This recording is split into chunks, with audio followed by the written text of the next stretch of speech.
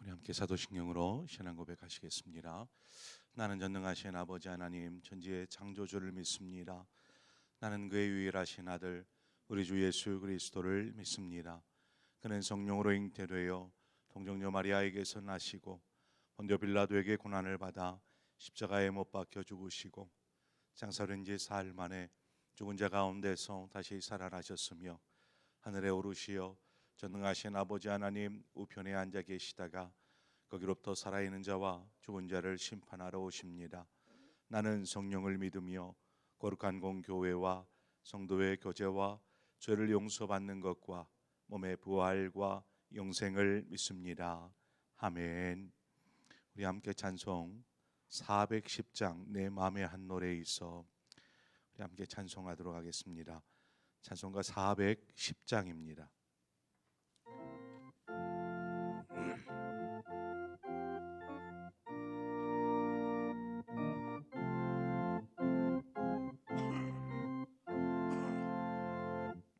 내 맘에 한 노래 있어 나 즐겁게 늘 부르네. 이 노래를 부를 때에 큰 평화 능하도다. 평화 평화 하나님 주신 선물 그 놀라운 주의 평화 하나님 선물일세. 주 십자가 지심으로 날 구원해 주셨으며 주 예수님 고난받아 나 평화 누리도다. 평화 평화 하나님 주신 선물 그 놀라운 주의 평화 하나님 선물일세. 나 주님께 영광 돌려 참 평화가 넘치도다. 주 하나님 은혜로서 이 평화 누리도다.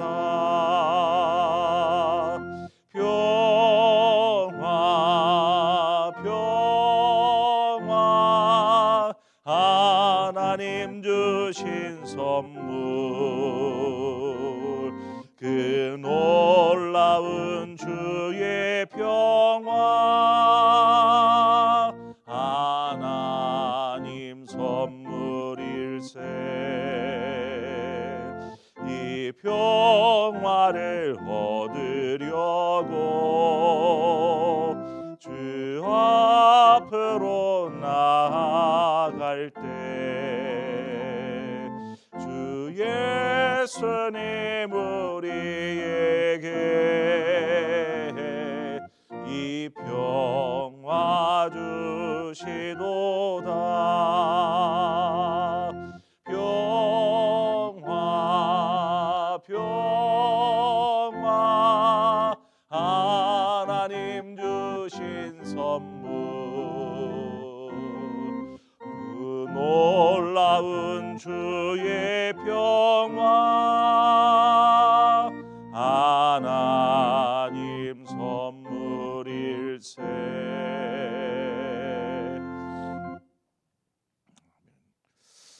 하나님 말씀 보겠습니다. 열왕기상 2장 36절에서 마지막 46절의 말씀을 한 절씩 교독해서 보도록 하겠습니다.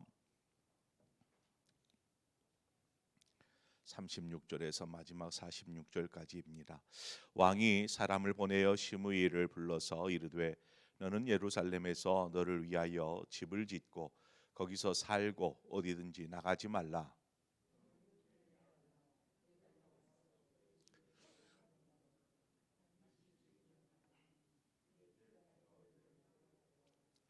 시므이가 왕께 대답하되 이 말씀이 좋사오니 내 주 왕의 말씀대로 종이 그리하겠나이다 하고 이에 날이 오래도록 예루살렘에 머무니라.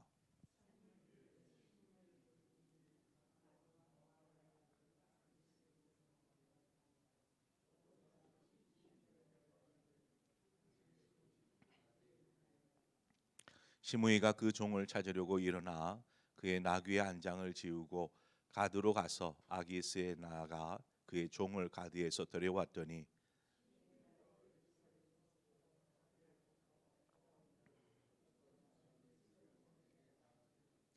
왕이 사람을 보내어 시므이를 불러서 이르되 내가 너에게 여호와를 두고 맹세하게 하고 경고하여 이르기를 너는 분명히 알라.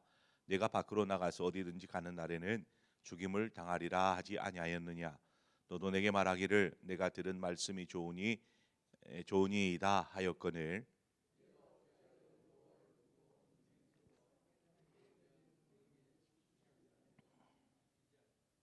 왕이 또 시므이에게 이르되 내가 내 마음으로 아는 모든 악 곧 내 아버지에게 행한 바를 내가 스스로 아나니 여호와께서 내 악을 내 머리로 돌려 보내시리라.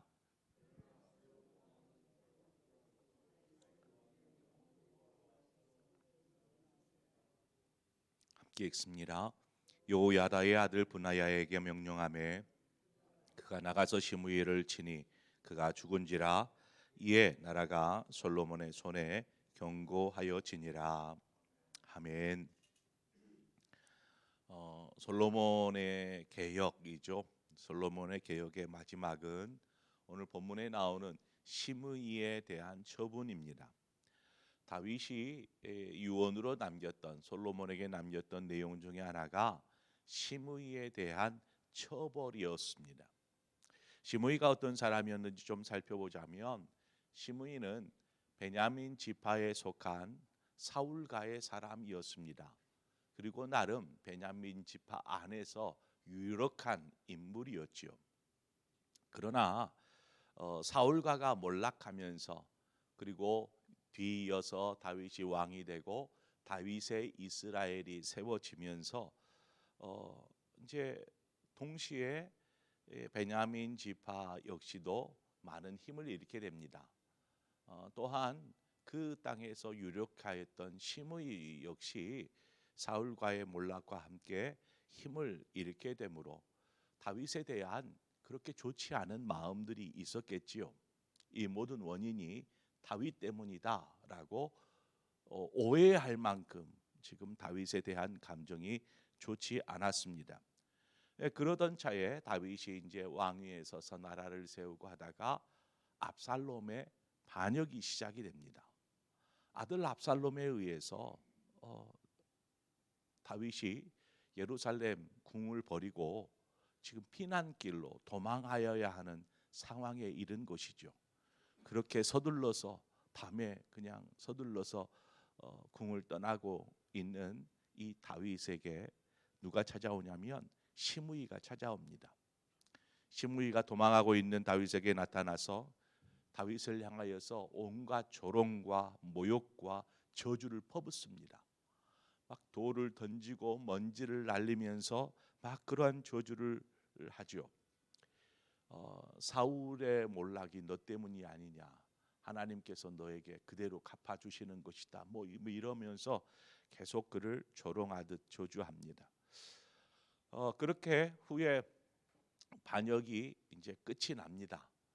다윗이 이 모든 압살롬의 반역을 이제 정리하고 다시 이제 궁으로 예루살렘 궁으로 돌아오게 되는데 예루살렘으로 돌아가는 길에 또 누구를 만나냐? 이 시므이를 만납니다.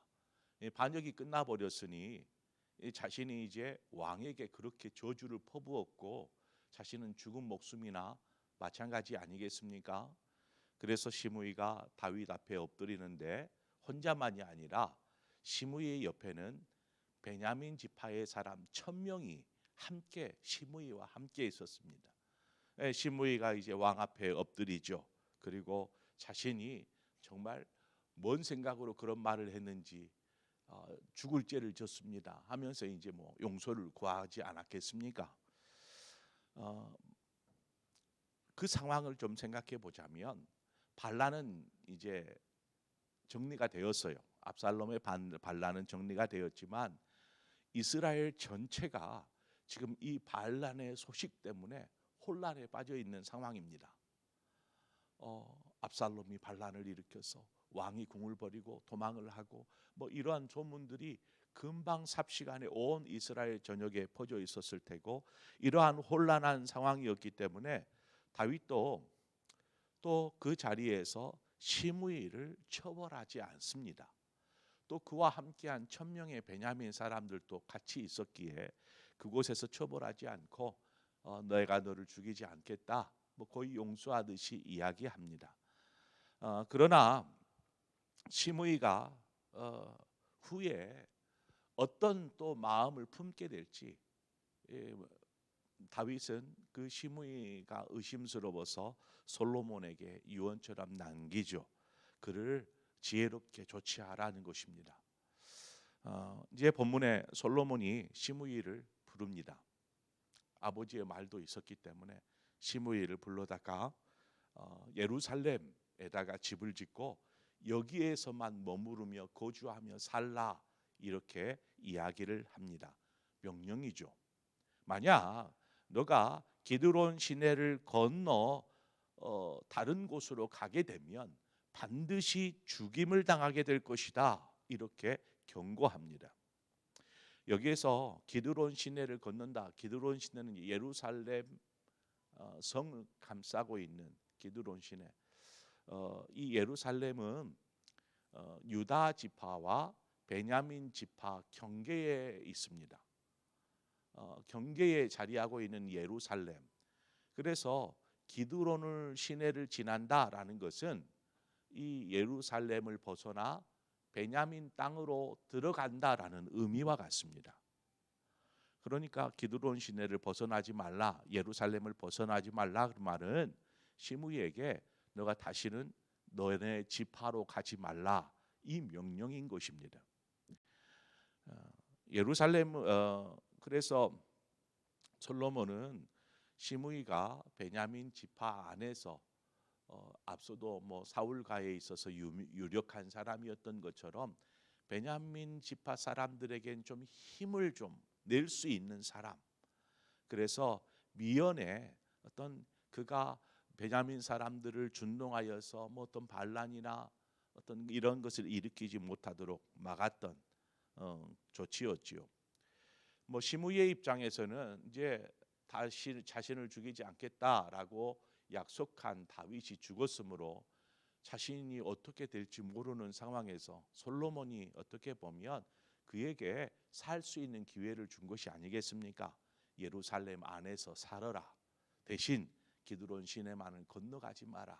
만약에 그러면 너는 죽게 될 거다라고 이야기한 것입니다. 그 말을 듣자 흔쾌히 예, 알겠습니다. 제가 종이 죄 말대로, 왕의 말대로 그렇게 하겠습니다. 이제 구명을 얻은 것이죠. 그렇게 해서 서로 간에 약속합니다. 문제는 3년이라는 시간이 지난 후에 발생합니다. 어떤 문제가 발생하냐면 이 시므이의 집에 있던 종들 두 종이 이 집을 떠나서 도망을 합니다. 뭐 이스라엘로 도망한 것이 아니고 저 멀리 쫓아오지 못하도록 블레셋 사람 가드라는 성으로 도망을 합니다. 그것을 시므이가 알게 되자 곧장 나귀의 안장을 지우고 그들을 쫓아갑니다. 그래서 그 블레셋 가드까지 가가지고 그 도망친 두 종을 붙잡아서 데리고 오게 되지요. 자, 이 상황에서 그가 예루살렘을 벗어나 블레셋 가드까지 가게 됩니다. 3년이 지났으니까 뭐 다 솔로몬이 뭐라고 하겠어, 괜찮겠지 생각할 수도 있습니다. 이런 시므이의 행동이 솔로몬의 귀에 들어가게 되죠. 결국 그 일로 말미암아 분하야의 손에 의해서 시므이는 죽게 됩니다. 오늘 우리가 시므이라는 사람을 통해서 좀 어떤 영적인 교훈들을 얻을 수 있을까 생각해 봅니다. 시므이는 자신의 어떤 가진 힘, 자신이 가진 능력을 의지하며 살았던 사람입니다. 시므이가 사울이 왕일 때에 사울의 친족이라는 이유로 아마 큰 소리도 낼 수 있었을 것입니다. 왕의 힘을 등에 지고 그렇게 큰 소리도 냈었던 사람이었던 것 같고, 그러나 사울이 죽고 나자 자신의 힘이 약해지니까 어떻게 합니까? 그렇게 한 원인을 다윗에게 찾고 다윗을 시기하고 미워하는 것이죠. 시므이가 위기에 처했을 때 그가 하나님을 찾기보다 자신이 가진 힘으로 이 문제를 하려고 합니다. 자신이 가진 힘, 그것이 무엇입니까?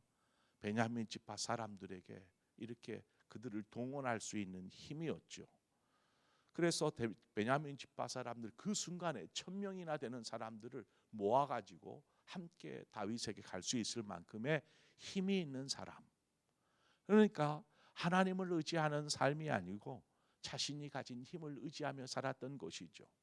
이것이 아니면 살 길이 없다라는 생각입니다.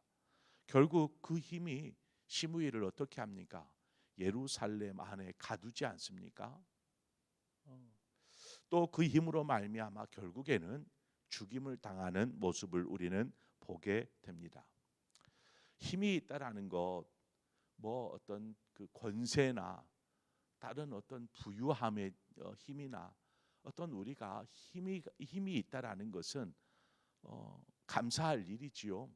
우리에게 뭔 힘이 있다라는 것은 감사할 일이지만 그 힘을 제대로 사용하지 못하면 결국 그 힘에 지배를 당하는 삶을 살게 됩니다. 무엇보다 우리가 다른 사람보다 더 힘이 있는 자리에 있다고 해서 우리가 뭐 나는 힘 있는 사람이니까 하면서 교만해서는 안 됩니다. 그 힘이 어떤 힘이 되었든 언젠가는 그 힘 사라지고 말 것입니다. 우리가 잘 아는 로마라는 대제국, 로마는 세계에서 가장 강대한 나라, 이 로마이지 않았습니까? 그러나 그러한 나라도 로마가 영원할 줄 알았지만 대제국 로마 어떤 시대의 역사 속에서 한순간에 사라져 버립니다. 무엇입니까? 무너질 것 같지 않던 그 강대한 어떤 힘도 한순간에 사라져 버릴 힘에 지나지 않는다라는 것이죠. 이처럼 사람이 가진 힘, 그 영원할 수 없습니다. 그래서 우리가 다른 사람보다 내가 좀 힘이 있다고 해서 의시될 것도 아니고 교만할 것도 아니고 겸손할 줄 알고 그 힘을 지혜롭게 사용할 필요가 있습니다. 그렇지 않으면 결국 그 힘의 지배당하는 그 힘으로 인하여서 갇힌 자의 삶을 살 수밖에 없다라는 것이죠. 시므이는 은혜를 많이 받았던 사람입니다. 은혜를 입은 것이죠. 그러나 그 은혜를 가볍게 여기고 생각했던 사람입니다. 다윗에게 그는 은혜를 입지 않았습니까? 어떻게 왕을 그렇게 조롱하고 비난하고 뭐 저주하였던 사람을 어떻게 생명을 유지할 수 있겠습니까? 그러나 다윗으로부터 은혜를 입어서 그는 살 수 있었습니다. 후에 솔로몬이 왕이 되었을 때에도 그가 은혜를 입었습니다. 그래서 너는 예루살렘 안에서 거주하면서 살아라. 왕궁이 있는 곳이 예루살렘이 아닙니까? 모든 것이 다 있는 예루살렘. 그 안에서 뭐 자유롭게 살아라 하는 것 얼마나 큰 은혜입니까? 죽을 줄 알았는데 살라고 하니까 그 은혜를 입었어요. 그러나 시간이 조금 지났어요. 그 은혜에 대한 감사는 사라지고 원래의 자신으로 돌아가 버리는 것이죠. 시므이의 두 종이 도망합니다. 저는 한번 생각해 봤어요. 왜 도망하였을까? 이 두 종이 왜 그것도 이스라엘 다른 먼 곳으로가 아니라 다른 블레셋이라는 이방 나라로 도망하였을까 모르겠어요. 이 두 종 노예가 뭐 노예로 들어왔을 테니까 다른 나라 사람이었는지는 모르겠지만 왜 이 두 종이 도망하였을까? 아마 주인의 괴롭힘 있지 않았을까 싶어요. 시므이의 괴롭힘. 참다가 도저히 이렇게는 살 수 없다 생각하고 도망한 것 아니겠습니까? 당시의 종인데 어딜 가서라도 제대로 살 수 없는 종인데 도저히 살 수 없다라고 여겨지니까 도망하는 것입니다. 마태복음 18장에 보면 1만 달란트 용서받은 종이 있습니다. 1만 달란트. 이 1만 달란트를 그냥 아무런 값 없이 내가 그 1만 달란트에 대해서 탕감해 줄게 하고 그 1만 달란트에 대해서 탕감받은 사람이 자신에게 100데나리온, 뭐 1만 달란트에 비하면 100데나리온은 먼지와 같습니다. 비교하자면 먼지, 보이지도 생각되어지지도 않을 만한 금액입니다. 그러한 빚을 진 친구에게 내 빚, 그 빚 갚으라고 그를 옥에 가두지 않았습니까? 은혜를 잃어버린 것이죠. 자신이 어떤 감히 상상조차 할 수 없는 은혜를 입은 자가 은혜도 아닌 그러한 것에 대해서 도저히 용서할 수 없어서 그를 옥에 가두고 갚을 때까지 이렇게 하는 이 악한 종. 여러분, 저는 시므이에게서 그러한 모습을 봅니다. 그가 어떤 은혜를 받았습니까? 그러나 그 은혜를 가볍게 여김으로 잊어버리게 되고 결국 영원히 그는 은혜가 없는, 은혜를 잃어버린 삶을 살 수밖에 없는 것이죠. 그리스도인 된 우리는 하나님 앞에서 늘 겸손하여야 할 줄 믿습니다. 왜요? 우리가 그 은혜 받은 사람이기 때문이죠. 하나님의 은혜 받은 사람. 뭐 누가 그 은혜를 많이 받고 적게 받고 합니까? 생명의 구원을 얻은 그 큰 은혜를 받은 우리인데 우리가 어찌 말할 수 있겠습니까? 우리는 그 은혜를 결코 잊어서는 안 됩니다. 그리고 항상 그 은혜 안에 살기 위해서 은혜 아래 살아가는 것이죠. 예루살렘 이 안에 살아라. 무슨 말입니까? 너는 은혜 아래 살아라는 것입니다. 우리가 그리스도인인 우리가 늘 언제나 은혜 아래 감사하며 또 하나님이 주신 뭔가 힘이 있다면 그 힘으로 다른 사람들을 섬기고 하나님의 영광을 위해서 자신을 드리는 삶, 그 삶을 살 때에 우리의 삶이 시므이와 같은 처절한 죽음으로 끝나는 것이 아니라 영생의 기쁨으로 하나님께서 우리에게 채워 주실 줄 믿습니다. 그 은혜가 우리 모두에게 있기를 축원합니다. 기도하겠습니다. 좋으신 하나님 아버지 은혜를 감사합니다. 하나님의 은혜를 우리는 갚을 길이 없고 그 은혜를 생각하면 오늘 또 우리는 감사하며 기쁨과 평안 속에 살아야 하는 줄 믿습니다. 그러나 우리가 인간적인 마음으로 인간의 힘을 의지하려고 하고 또 인간의 생각으로 또 자신들의 꿈을 이루며 살려고 하는 그러한 마음에 결국 그 은혜도 하찮게 여겨버리고 또 무시해버리고 자신이 가진 것을 누리면서 살려고 하는 어리석음 때문에 결국 초라한 모습으로 끝나는 오늘 시므이의 모습을 보면서 우리가 이 땅에 살아가는 동안 하나님이 베푸신 그 놀라운 은혜 안에 살게 하여 주옵소서. 그래서 늘 언제나 감사하고 기뻐하는 삶이 되어지기를 원합니다. 하나님 우리에게 하나님이 다른 사람보다 더 많은 것들을 갖게 하셨다면 그것이 재능이었던 능력이었던 그러한 것이 있다면 그것으로 많은 사람들을 섬길 수 있는 길을 열어주시고 무엇보다 하나님의 영광을 위해서 우리가 살아가도록 인도하여 주시옵소서. 함께 하실 것을 믿고 예수님의 이름으로 기도합니다. 아멘. 오늘 우리 말씀을 생각하면서 하나님이 우리에게 베푸신 은혜, 그 은혜가 무엇인가 한번 곱씹어 보시기를 바랍니다. 나 같은 사람 하나님이 은혜 베푸셔서 하나님의 그 은혜의 장중 안에 두시고 오늘 또 주의 성전 안으로 불러서 그 은혜 안에 두시지 않았습니까? 이제 하나님, 우리가 늘 언제나 그 은혜 안에 살게 하여 주옵소서. 우리가 함께 기도하고 또 우리에게 주신 힘, 능력, 주의 영광을 위해서 많은 사람들을 섬기고 하나님 봉사하며 헌신하는 삶이 되게 하여 주옵소서. 말씀을 생각하면서 더불어 함께 기도하기를 원하고, 또한 우리 교회를 위해서 여러분 함께 기도해 주시기를 바랍니다. 하나님의 몸된 교회 이제 50주년이 다가오는데 하나님, 우리 교회를 통해서 일하여 주시옵소서. 우리 교회를 통해서 하나님이 뜻하신 바를 이루어 주옵소서. 그러기 위해서 많은 이들이 하나님의 은혜 가운데 하나님의 도구요, 영광이요, 기쁨이요, 면류관이 될 수 있도록 하나님, 그렇게 헌신하는 하나님의 사람들로 세워지게 하여 주옵소서. 오늘 이 시간 교회를 위해서 함께 더불어 기도하고 여러분 각자 기도의 제목으로 기도하시다 자유롭게 돌아가시겠습니다. 함께 기도하겠습니다. 하나님 아버지, 은혜를 감사합니다. 하나님의 은혜를 오늘도 시무의 삶을 통해서 생각해 보게 됩니다.